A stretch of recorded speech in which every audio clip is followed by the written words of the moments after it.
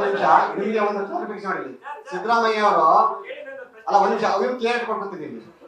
ಸಿದ್ದರಾಮಯ್ಯ ಅವರು ಪೋಲಿಂಗ್ ಆದ ನಂತರ SIT ರಚನೆ ಮಾಡಿ ಅಂತ ಹೇಳ್ತಿರಲ್ಲ, ಪೆನ್ ಡ್ರೈವ್ ಬಿಟ್ಟು ಜನರು ನೋಡಕ್ಕೆ ಗೇಮ್ ಪ್ಲೇ ಮಾಡಿದ್ಯಾರು?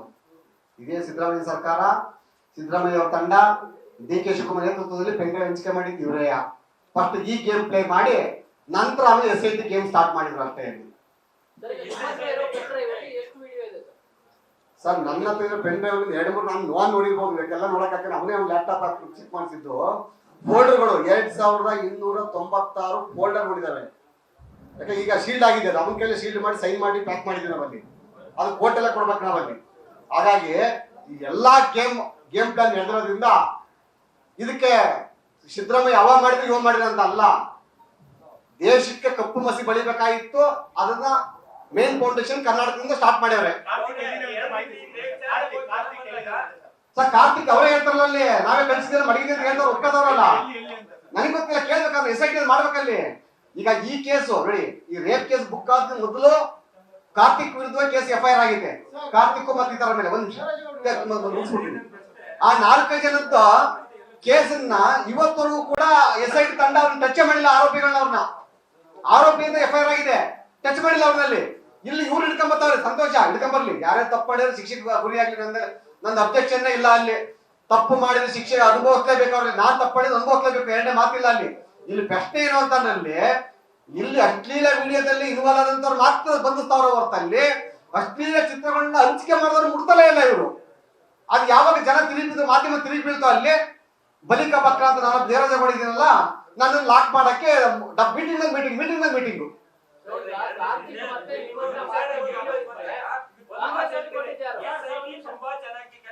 ಹೌದಲ್ವಾ? ಕೇಳಿ,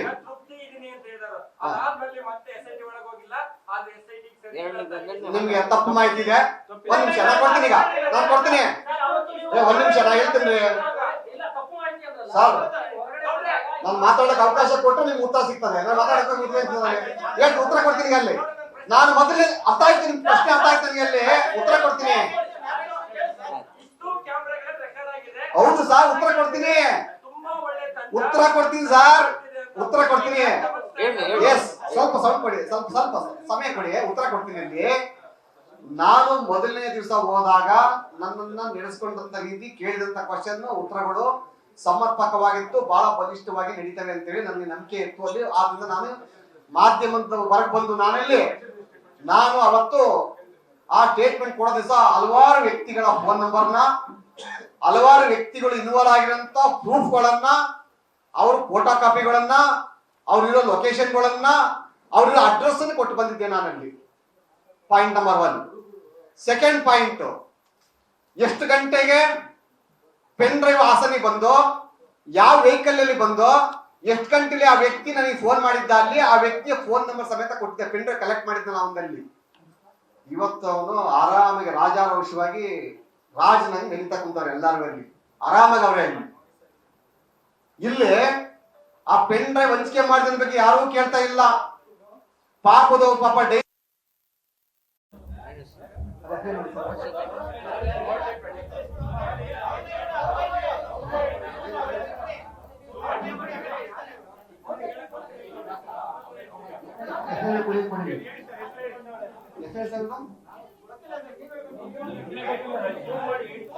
ನಾನು ಅಲ್ಲ, ಸಿವಿಲ್ ಡ್ರೆಸ್ ಅಲ್ಲಿ ಇರೋರಿಗೆ ನೀವು ಯಾವ ಹೆಸರು ಕೇಳಕ್ಕೆ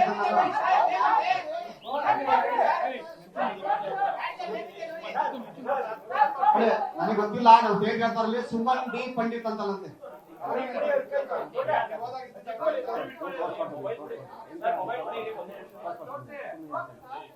ಯಾಕೆ ತೋರ್ಸ್ಬಿಡಿ, ಅವ್ರ ತಗ್ಲಾಕ್ಬಿಟ್ಟು ಕೂರ್ಸ್ಬಿಟ್ಟು ಮಾಡ್ಬಿಡಿ ನೀವು.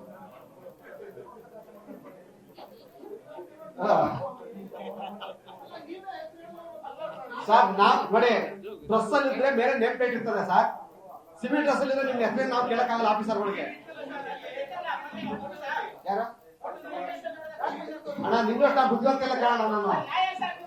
ನಾನು ನಿಮ್ಮಷ್ಟು ಬುದ್ಧಿವಂತ ಇಲ್ಲ ಬಿಡಪ್ಪ, ಲಾಯರ್ ಅಷ್ಟೇ ನಾವು, ನಿನ್ನಷ್ಟು ಬುದ್ಧಿವಂತ ಆಗಿರ್ಬೋದು. ಈಗ ಒಂದು ಓವರ್ ಆಲ್ ಆಗಿ ಸರ್, ಈ ಪ್ರಕರಣ ನಾನು ಒಂದು ಕ್ಲೋಸ್ ಮಾಡ್ತೀನಿ.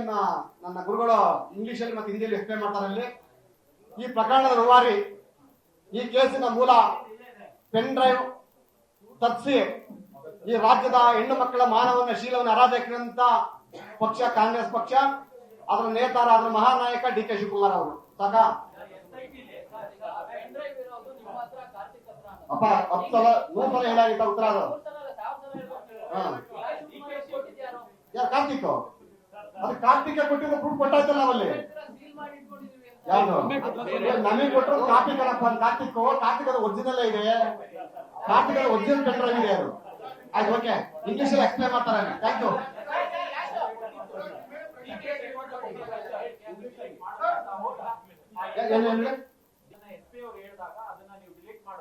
ಯಾವುದೇ ಕಾರಣಕ್ಕೂ ಮಾಡಿಲ್ಲ, ಮಾಡೋದು ಇಲ್ಲ. ಈ ಕೇಸು ಬೇರೆ ರೀತಿ ಬರ್ಬೇಕದು. ಯಾವ ಪೇಜರು ಸರ್?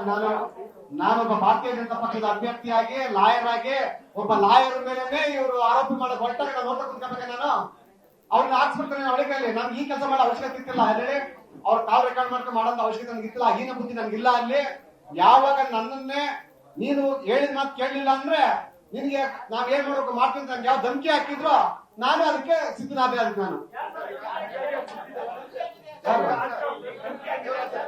ಧಮಕಿ ಎಲ್ಲ ಹೊರಡ್ಬರ್ತದೆ ಸರ್.